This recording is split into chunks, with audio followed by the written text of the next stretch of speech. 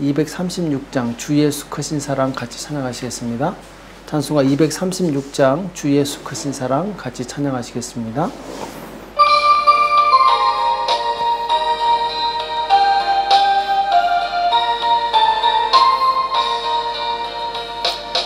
주 예수 크신 사랑 늘 말해주시오.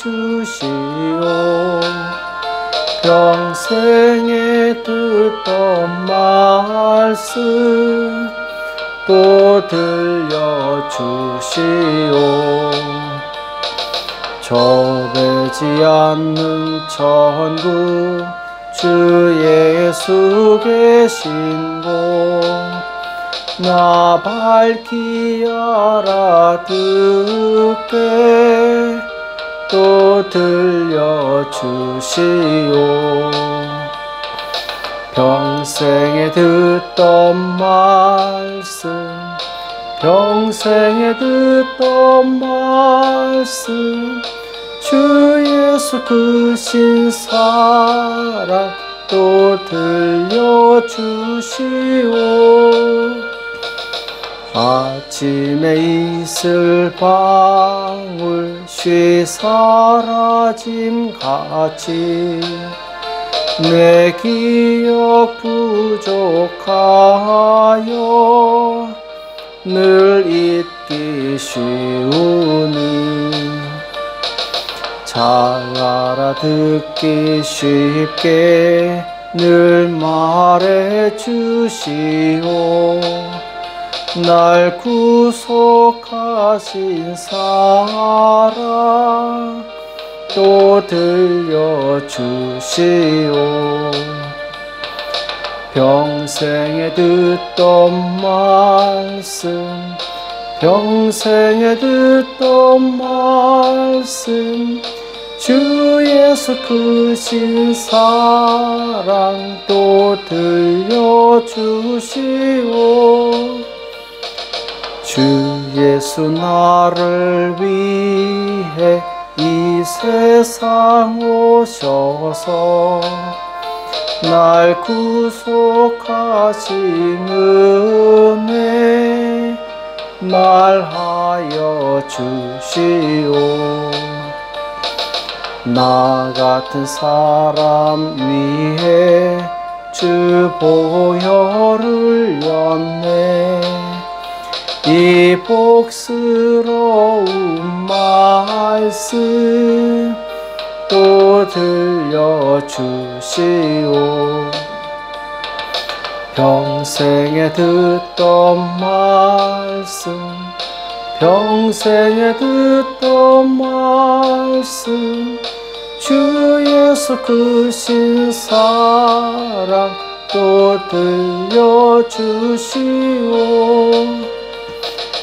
이 세상 헛된 영광 날 미혹할 때에 주 예수 크신 사랑 늘 들려주시오.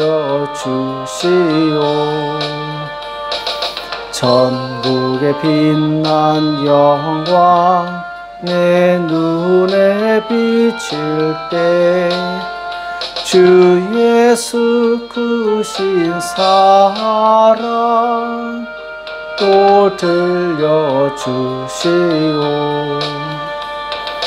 평생에 듣던 말씀 평생에 듣던 말씀 주 예수 크신 사랑 또 들려주시오.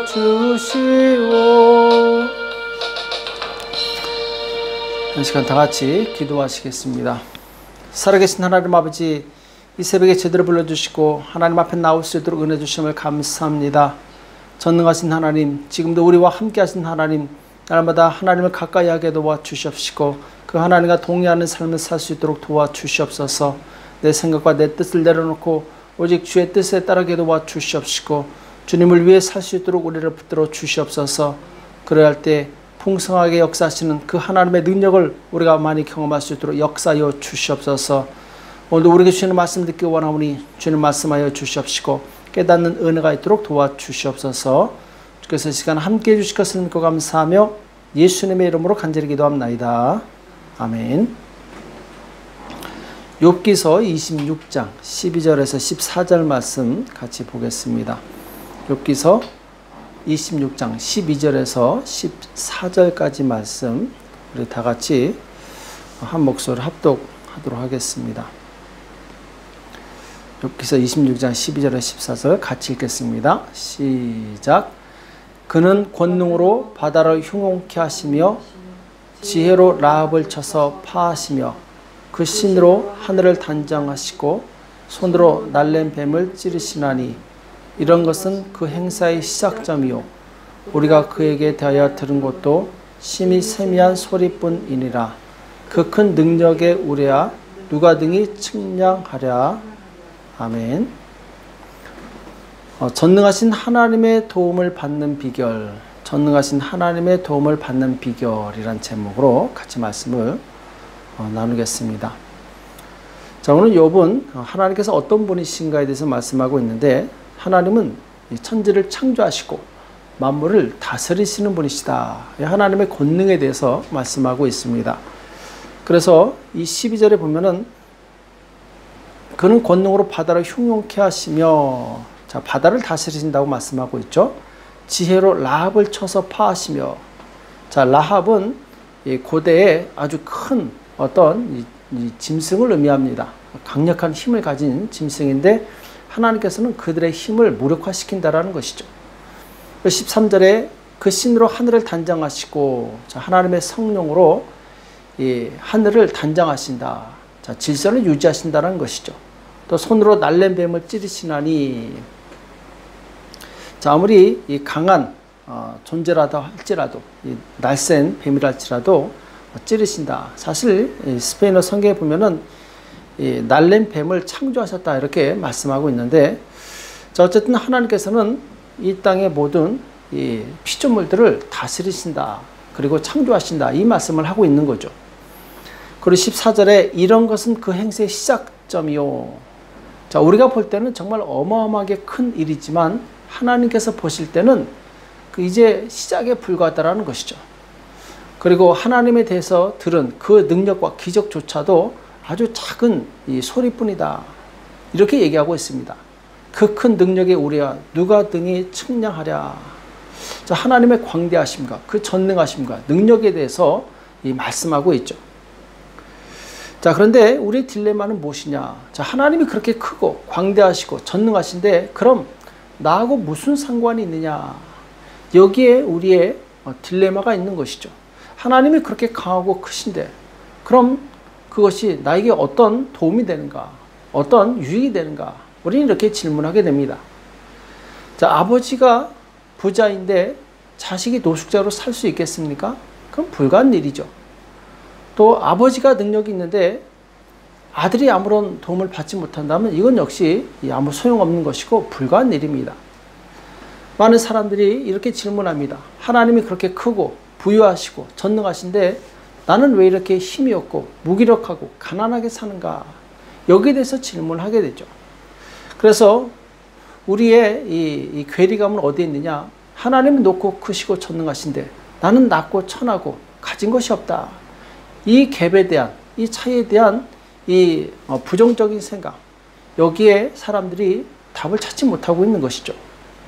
하나님이 정말 그렇게 위대하시고 전능하시라면 나는 왜 항상 문제 속에 허덕이고 있는가? 이런 질문을 누구나 하게 됩니다. 자, 하나님은 모든 것에 풍성하신 분이시고 그리고 우리에게 그 풍성함을 은혜로 허락하신 하나님이십니다. 처음에 사람을 창조하셨을 때 사람은 영원히 죽지 않는 존재, 건강한 존재로 창조하셨죠. 그리고 사람에게는 하나님께서 정말 많은 풍성함을 허락하셨어요. 창세기에 보면은 1장 28절에 하나님께서 사람을 창조하시고 그들에게 복을 주시면서 이렇게 말씀하십니다. 생육하고 번성하여 땅에 충만하라. 땅을 정복하라. 바다의 고기와 공중의 새와 땅에 움직이는 모든 생물을 다스리라. 자, 이 모든 만물을 우리에게, 사람에게 주었다라는 것이죠. 그리고 29절에 보면은 온 지면에 씨 맺는 채소와 씨 가진 열매 맺는 모든 나무를 너희에게 주노니 너희 식물이 되리라.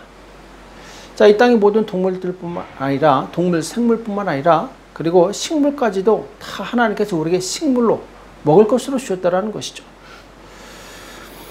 그리고 10절에 보면은 이 강이 에덴에서 발원하여 동산을 적시고 거기서부터 갈라져 내 근원이 되었으니 첫째 이름은 비손이라. 금이 있는 하윌라 온 땅에 둘렀으며 그 땅에 금은 정금이요 그곳에는 베들리엄과 호마노도 있으며.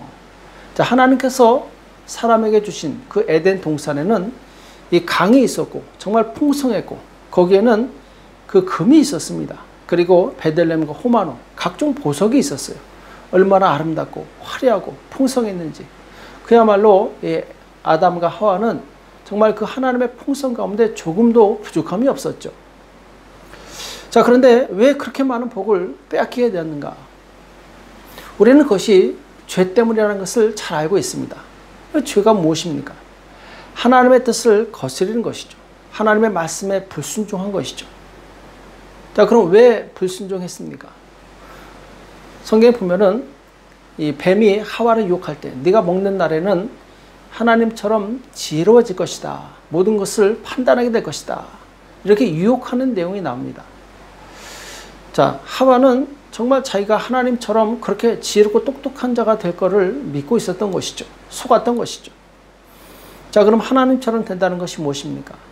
이제 더 이상 하나님을 의지하지 않고 내 힘과 지혜로 살겠다라는 것이죠. 내 능력으로 한번 살아보겠다라는 것이죠. 자, 죄의 동기는 바로 자기 중심적인 생각입니다. 내 힘으로 살겠다라는 것이죠. 자, 그러나 사람은 자기를 의지하면은 더 좋을 줄 알았더니 오히려 실패했어요. 그래서 에덴 동산에서 쫓겨나서 그 풍성함을 다 빼앗겨 버립니다. 이제 전적으로 자기 힘으로 살아야 되는데, 자, 자기 힘으로 살면은 더 좋을 줄 알았더니 그것이 아니었어요. 하나님을 잃어버린, 하나님 없는 인간 세상은 약육강식의 그런 세상이 되어버렸어요. 그래서 이 질서가 아주 흐트러집니다. 강한 자가 지배하고, 그래서 전쟁이 일어나고 이 땅에 빈부격차가 시작되고, 그리고 이 하나님의 저주로 인해서 가뭄과 홍수와 지진과 천재지변이 끊이지 않게 일어나게 되죠. 자, 이처럼 사람은 하나님을 떠나서는 결코 살 수 없습니다. 자기 힘으로 산다는 것은 교만이에요. 우리가 겸손히 하나님을 의지할 때 그때 하나님의 그 풍성함과 은혜를 누릴 수가 있게 되는 것입니다. 자, 예수님께서 이 땅에 오신 이유는 바로 이제 잃어버렸던 우리의 그 풍성함을 회복시켜 주시기 위해, 우리가 원래 어떤 존재였는가를 알려주시기 위해서 이 땅에 오셨습니다. 그래서 예수님께서 하나님의 나라를 보여주시게 되는데, 그래서 예수님께서 천국 복음을 전하심으로 우리 영적인 무지를 깨우쳐줍니다. 우리는 이 땅이 전부가 아니라 영원한 하나님의 나라가 있다는 이 영적인 세계를 알려주시는 거죠. 또 예수님께서 귀신을 쫓아내 주시면서 우리는 원래 건강하고 자유한 자였다. 그런데 죄로 인해서 귀신에게 숙박이 되었고 우리가 가졌던 이 자유와 이 축복을 빼앗겼다. 이것을 깨닫게 해주신 것이죠. 또 예수님께서 치유해 주셨는데, 이것은 우리가 원래 건강했는데 우리의 건강을 악한 자에게 빼앗겼다는 것을 보여주신 것이죠. 그러나 주님께서 치유해 주심으로 바로 우리가 하나님 안에 있을 때 진정한 건강이 무엇인가, 그리고 잃어버렸던 건강을 회복할 수 있는 그런 길을 열어주셨던 것이죠. 또 오병이어 기적을 통해서 예수님께서는 원래 우리에게 정말 풍성함이 있었는데 우리가 죄로 인해서 이 풍성함을 빼앗겼다. 먹고 마시고 입는 것, 하나님의 복이었는데 이것을 빼앗기고 살았다. 이것을 다시 회복시켜 주신 것이죠. 보여주신 거예요. 그래서 예수님께서 외치신 이 복음에는 인생의 모든 회복의 메시지가 있습니다. 마가복음 1장 14절에 보면은 요한이 잡히신 후에 예수께서 갈릴리에 오셔서 하나님의 복음을 전파하여 가라사대 때가 찼고 하나님의 나라가 가까웠으니 회개하고 복음을 믿으라 하시더라. 이렇게 말씀하고 있어요. 자, 예수님께서 이 세례 요한에게 세례를 받으시고 처음으로 외치신 복음이 무엇이냐? 하나님의 나라가 가까이 왔으니까 회개하고 복음을 믿으라는 거예요. 자, 하나님 나라의 풍성함과 능력을 누리려면 먼저 무엇을 해야 되느냐? 회개하라고 말씀하고 있습니다. 자, 무엇을 회개해야 됩니까? 내가 내 인생의 주인으로 살았던 것, 이것을 회개해야 됩니다. 그동안 우리는 하나님 없이, 그리고 하나님을 의지하지도 않고 내 힘과 지혜로 살았어요. 그러나 이것이 바로 죄였다는 것을 깨달아야 됩니다. 또 우리는 하나님이 누구신가 알려고 하지 않았어요. 이것을 회개해야 됩니다. 우리는 세상에 나를 위한 유익, 그리고 사업에 성공하는 것, 어떤 나를 위해서는 정말 알려고 애쓰면서 하나님이 누구신가에 대해서는 알려고 하지 않았어요. 또 우리는 하나님께 나가서 기도하여 도움을 구하지 않았던 것을 회개해야 될 줄로 믿습니다. 기도는 하나님께 도움을 요청하는 거예요. 하나님을 의지하는 방법이 바로 기도입니다. 기도하지 않고 산다는 것은 하나님을 의지하지 않고 여전히 내 힘과 지혜로 살겠다는 것이죠. 우리는 이 모든 것을 회개하고 그리고 이 하나님을 믿고 의지해야 될 줄은 믿습니다. 많은 사람들이 하나님의 도움을 받고 싶어 합니다. 문제에서 벗어나고 싶어 합니다.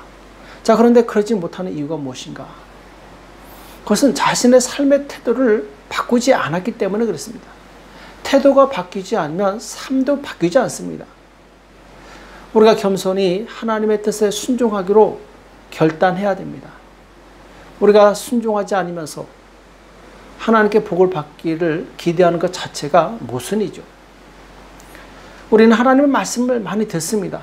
자, 그런데 자기 뜻을 꺾고 그리고 하나님의 뜻에 순종하기를 싫어해요. 우리가 하나님의 그 풍성함을 경험하려면 내 생각과 내 뜻과 내 고집과 내 아집을 내려놓고 하나님의 뜻을 받아들이고 거기에 순종해야 됩니다.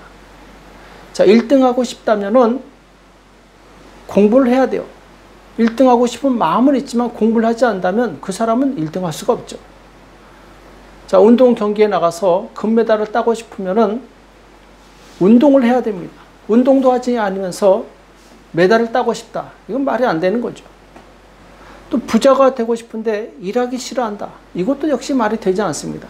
많은 사람들이 정말 자기가 원하는 것을 이루고 싶지만 대가를 치르기 싫어해요. 자, 이것이 문제라는 거죠. 대가를 치르기 싫으면 그 꿈은 몽상에 불과합니다. 이루어지지 않아요. 우리가 꿈을 꾼다면 행동에 옮겨야 됩니다. 그럴 때 그 꿈이 내 삶 가운데 실현되는 것이죠. 우리 신앙도 마찬가지입니다. 많은 사람들이 고난에서 벗어나고 싶어 합니다. 가난에서 벗어나고 싶고 질병에서 벗어나고 싶고 문제에서 벗어나고 싶어요.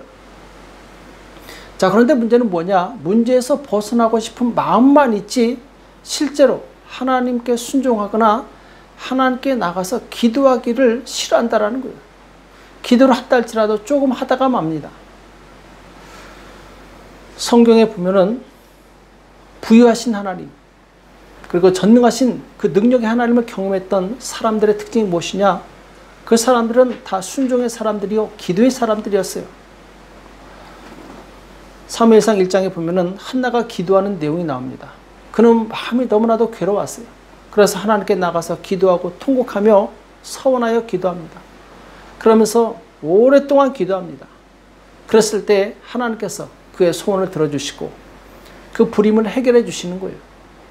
사무엘을 낳게 하시는 거죠. 또 사무엘뿐만 아니라 다른 자녀들도 덤으로 축복해 주십니다. 기도하니까 하나님의 능력을, 풍성함을 경험하게 된 것이죠.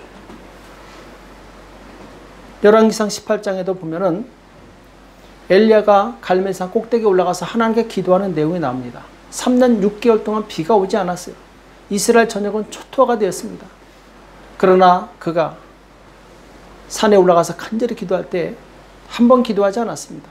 2번, 3번, 7번까지 기도했다고 말씀하고 있어요. 근데 7이라는 숫자는 완전 숫자예요. 응답 받을 때까지 계속 기도했다라는 것이죠. 우리는 조금 기도하다가 마는 경우가 있는데 그 기도는 상달되지 않습니다. 응답 받을 때까지 기도하는 게 진짜 기도예요. 그래서 우리는 정말 하나님을 의지한다면은 기도하시기 바랍니다. 하나님께 나아가시기 바랍니다. 우리가 하나님의 그 풍성함을 누리지 못하는 이유는 바로 거기에 있는 거예요. 우리가 받지 못하면 구하지 않기 때문이다. 성경은 분명히 말씀하고 있습니다. 그러니까 우리에게 부족한 것이 왜 그러느냐? 기도하지 않았기 때문이라고 성경은 분명히 말씀하고 있어요. 또 우리는 하나님의 뜻에 순종하지 않으면서 하나님께 무언가를 받기를 기대하는데 이것은 순서가 잘못된 것입니다. 내 생각대로 살고 내 욕심대로 살고 내가 원하는 대로 살면서 하나님의 도움을 기대하는 것 자체가 잘못된 것이라는 거죠. 많은 사람들이 하나님께 도움을 받으러 왔다가 해결되지 못하니까 하나님을 떠납니다. 그리고 하나님은 능력이 없다고 이렇게 무시합니다. 자, 그 사람들은 잘못된 사고방식을 가지고 있었던 거예요. 그 사람들은 내가 원하는 뜻에 하나님께서 맞춰주기를 바랬던 거예요. 큰 오해를 한 것이죠. 자, 만약 하나님이 70억 인구 한 사람 한 사람 다 맞춰준다면 이 세상은 어떻게 되겠습니까? 사람이 하나님께 맞추는 것입니다. 예전에 브루스 올마이티라는 영화가 흥행했던 적이 있습니다. 자, 그때 하나님께서 휴가를 가시면서 이 브루스라는 사람에게 잠깐 이 세상의 이 경영을 맡기게 되죠. 근데 이 브루스라는 사람이 사람들이 복권에 로또에 1등에 당첨되기를 간절히 바라는 그 기도를 듣고 전부 다 들어줍니다. 자, 그래서 처음에 이 사람들이 너무 좋아했어요. 왜냐하면 다 1등에 당첨됐으니까. 근데 문제는 그 다음에 문제예요. 자, 1등에 당첨됐는데 받은 것은 겨우 몇 달러냐? 1달러밖에 안 되는 거예요. 그러니까 사람들이 분노해서 차량을 태우고 집을 태우고 그리고 이 관공서를 습격하고 폭동이 일어나서 전국이 막 난리가 났어요. 자, 사람들의 요구를 다 들어준다고 해서 그것이 좋은 것이냐? 결코 그렇지 않습니다. 하나님께는 하나님의 방법과 하나님의 뜻대로 이 세상을 가장 공평하게 다스리고 통치하신다라는 거예요. 우리는 이것을 존중할 줄 알아야 됩니다. 그래서 하나님의 뜻에 내가 동의가 되지 않고 그리고 내가 불만이 있다 할지라도 거기에 맞추는 것이 바로 가장 지혜로운 방법이에요. 많은 사람들이 자기가 얻고 싶은 것은 얻으려고 하면서 하나님이 요구하시는 것은 순종하기를 싫어해요. 거기에 문제가 있는 거죠. 다시 한번 말씀드리지만 신앙이란 하나님이 나에게 맞춰주는 것이 아닙니다. 내가 하나님께 맞추는 것입니다. 내 생각을 버리고 하나님의 생각에 굴복하는 것이죠. 이게 신앙이에요. 어떤 사람은 하나님을 오해하고 있는데, 자, 하나님은 사랑의 하나님이시고 용서의 하나님이니까 내가 주일 예배 좀 빠져도 이해하실 거야 하면서 주일을 밥 먹듯이 빠집니다. 또 어떤 사람은 나는 가난하니까 하나님은 내가 11조 안 내도 용서하실 거야. 자, 이것은 모두 자기 생각이죠. 하나님의 말씀을 무시하고 자기 생각대로 사는 사람들이죠. 이 사람들에게는 하나님께서 결코 역사하실 수가 없습니다. 우리가 정말 하나님의 이 풍성함을 경험하고 싶다면 먼저 내가 하나님의 말씀을 사랑하고 그 말씀에 순종해야 돼요. 그래서 시편 119편 8절에 보면은 내가 주의 율례를 지키오리니 나를 아주 버리지 마옵소서. 자, 시편 기자는 철저히 하나님의 율법을 계명을 지키겠다 이렇게 작정하는 내용이 나오죠. 그러면서 청년이 무엇으로 그 행실을 깨끗게 하리이까? 주의 말씀을 따라 삼갈 것이니다. 내가 전심으로 주를 찾아싸우니 주의 계명에서 나를 떠나지 말게 하소서. 내가 주께 범죄치 아니하려 하여 주의 말씀을 내 마음에 두었나이다. 자, 우리가 왜 범죄하고 왜 우리가 하나님 앞에 실수하고 넘어집니까? 하나님의 말씀이 없기 때문에 그런 거예요. 나를 지탱해주는 그 말씀이 없으니까 사람들은 바로 탈선하고 그리고 하나님께서 아무리 복을 주고 싶어도 복을 주실 수 없는 그런 열악한 상태가 되는 것이죠.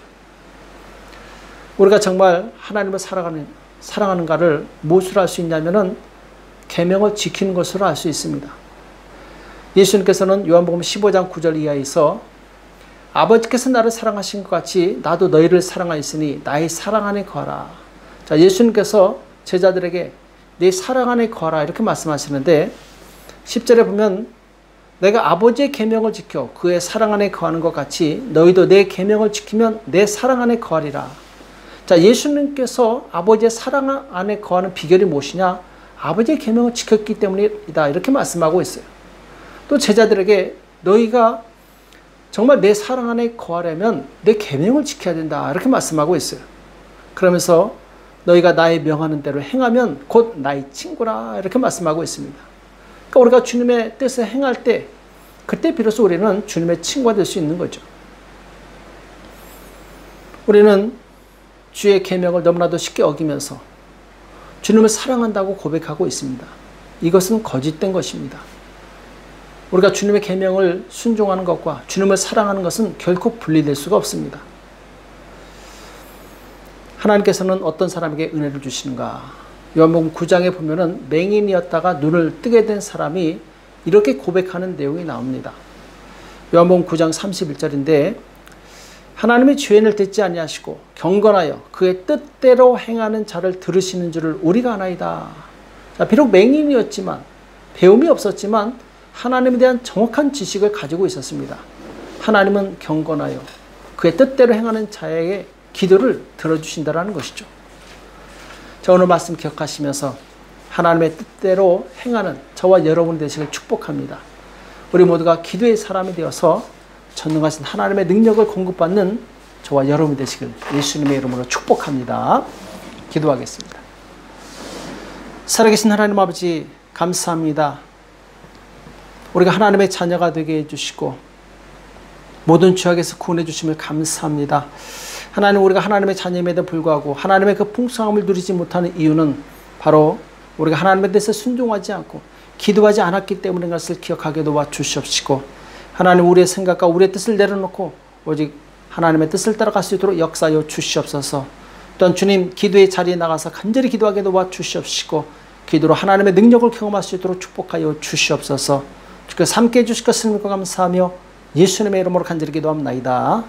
아멘. 오늘 말씀 기억하시면서 하나님, 내가 내 생각을 내려놓고 하나님 뜻에 굴복하겠습니다. 그리고 내가 기도의 사람이 되겠습니다. 나를 도와주십시오. 그리고 나라와 민족을 위해서, 교회와 가정을 위해서, 자녀를 위해서 이 시간 합심해서 간절히 기도하겠습니다. 기도하겠습니다.